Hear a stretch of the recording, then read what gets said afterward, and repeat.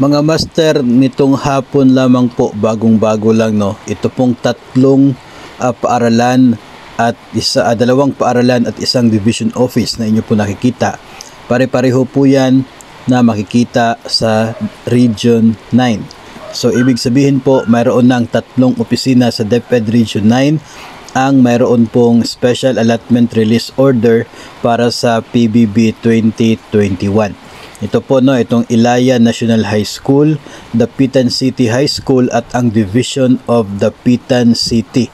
Lahat po ng yan ay bahagi ng Region 9 na nakatanggap ng SARO ngayong hapon na ito.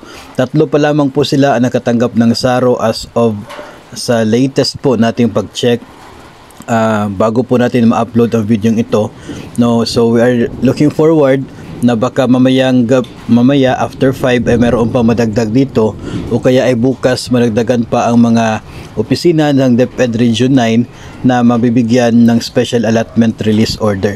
So kung matatandaan po ninyo, ito po yung huling rehiyon ng DepEd na atin pong inaabangan para po makatanggap ng pondo para sa kanilang PBB 2021 na maliban po doon sa BARM. So DepEd Region 9, congratulations po dahil nagsimula na yung pamimigay ng SARO para sa inyo.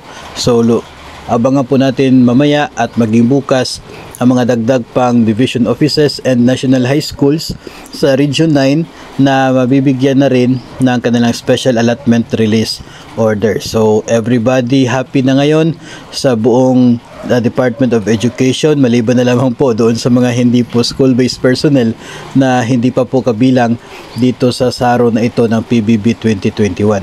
So congratulations po para sa mga personnel ng DepEd Region 9.